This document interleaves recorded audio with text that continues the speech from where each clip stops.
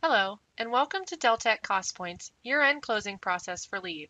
By the end of this video, you will know the steps involved to close the leave year. We will review what to do before closing the leave year. Then we will discuss how to close the leave year. Finally, we will finish with the frequently asked questions section. The CYE regulatory update will be released sometime in December. Please note that the dates used in this video may reflect previous or future years. We will now discuss the leave year closing process. Under People, Leave, Leave Processing, select Manage Leave Periods. Before closing the leave year, verify that all your leave cycles contain periods for the new leave year schedule. You should review your data for the leave codes. To do this, under Leave Controls, select Manage Leave Codes. Verify that the leave year balance ceilings established here are accurate. Make changes if necessary. Decide if negative balances in leave year should be brought forward into the new leave year. If so, then check the Include Negative Balances in Leave Year Carryover checkbox. Verify that the leave accruals for the last leave period of the year have been processed and posted to the general ledger. Also, verify that timesheets with dates equal to or less than the last leave period date for the existing leave year have been entered and posted to labor. Do not post any timesheets belonging to the new leave year until after the leave year is closed.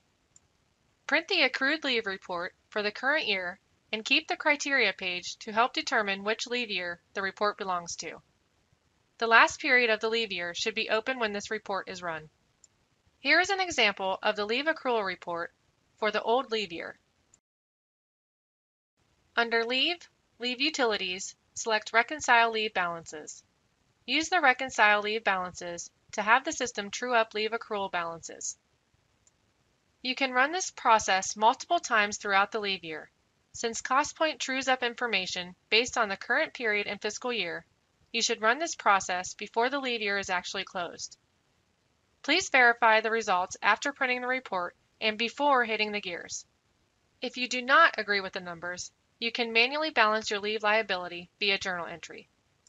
The Close Leave Year screen is used only to close the last leave period of the year, and it will not open the next leave period in your leave cycle, which must be the first leave period in the new leave year. Under Leave, Year-End Processing, select Close Leave Year. This screen will not allow a leave cycle to be entered that does not have the last period open in the current year. Please take note of the current and next lines and how they show the correct old and new leave year and their start and end dates. This process will roll forward ending leave balances and make them beginning balances in the new leave year. Leave year ceilings will be recognized when the leave year is closed. Select the Include Inactive Employees checkbox if you want employees marked as inactive to appear on the report. Select the Base New Balances and Payout on New Leave Year Salary checkbox if you want the beginning balances of your new leave year to be based on the hourly rate that corresponds with your new leave year. If not checked, the system will use the hourly rate associated with your old leave year for the beginning balance in your new leave year. Select Reconciliation done prior to closing the leave year if reconciliation has been done before closing the leave year. If reconciliation has been done, Costpoint will use actual amount balances from the employee's leave table. If the reconciliation has not been done, Costpoint uses the employee's hourly rate. Also, please be sure to read the acknowledgement carefully and check the box to certify when complete. Here is an example of what the closed leave year reports look like. Two reports will be printed: Closed Leave Year Accrued Leave Report and the Closed Leave Year General Ledger Report. It shows various data including the year-end ceiling, leave lost due to ceilings, and the ending leave balances. Carefully review this information before closing the leave year. The beginning balances and the Manage Leave Beginning Balances screen will be updated with a new line for each leave type assigned to the employee. Run the Close Leave Year process after you have verified this information. Now, print the Accrued Leave Report for the new leave year. Under Leave Processing, select Print Accrued Leave Report. Compare the prior leave year report to the new leave year report. The differences should be the leave lost due to leave year ceilings. If the new leave year beginning balance does not equal the expected balance, you may make corrections in the Manage Leave Beginning Balances screen for the new leave year's beginning balances. Let's discuss some timing considerations pertaining to leave at year-end time. Normally, timesheet periods and leave periods follow the same schedule. Let's assume that your leave year and your fiscal year are the same, January through December. If your timesheet and leave periods cross fiscal years, how should it be handled? Here's the scenario. Payroll is biweekly. The last period of the year is December 9th through December 22nd for both payroll and leave. First period of the new year for leave and payroll is December 23rd through January 5th. Timesheets are input weekly for the biweekly payroll cycle. The biweekly leave cycle is December 23rd through January 5th and belongs to the new leave year. Last payroll of the year will include timesheets dated December 9th through December 15th and December 16th through December 22nd. First payroll of the year will include timesheets dated December 23rd through December 29th and December 30th through January 5th. The fiscal year is January 1st through December 31st. How will costs be recognized for the fiscal year? For the pay period December 23rd through January 5th, the payroll would normally be posted in the next fiscal year.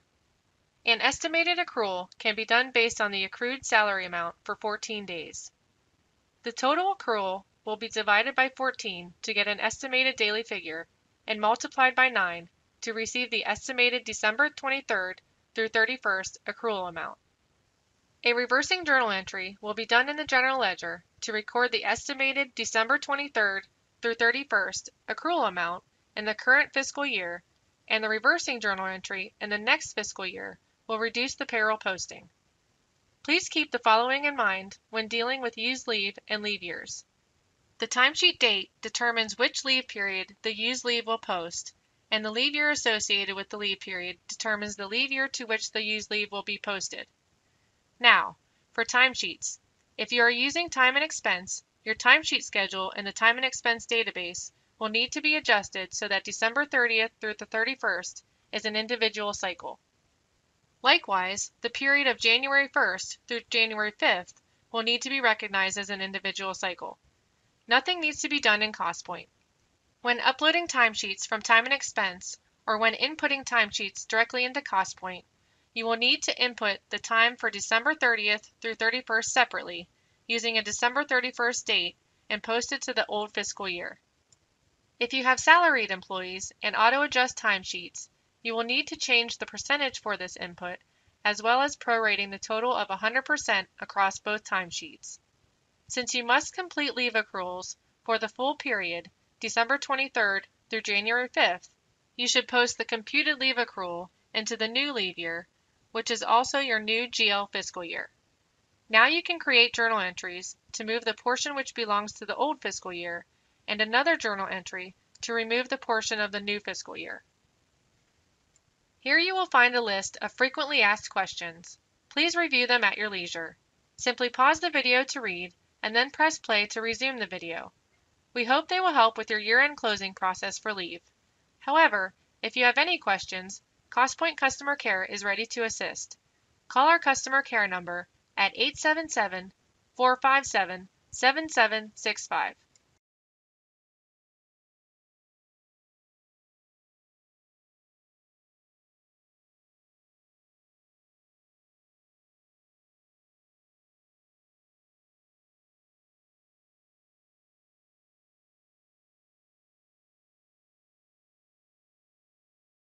We hope you found this video informative and helpful. Thank you for attending this video on Deltek Costpoint's year-end closing process for leave.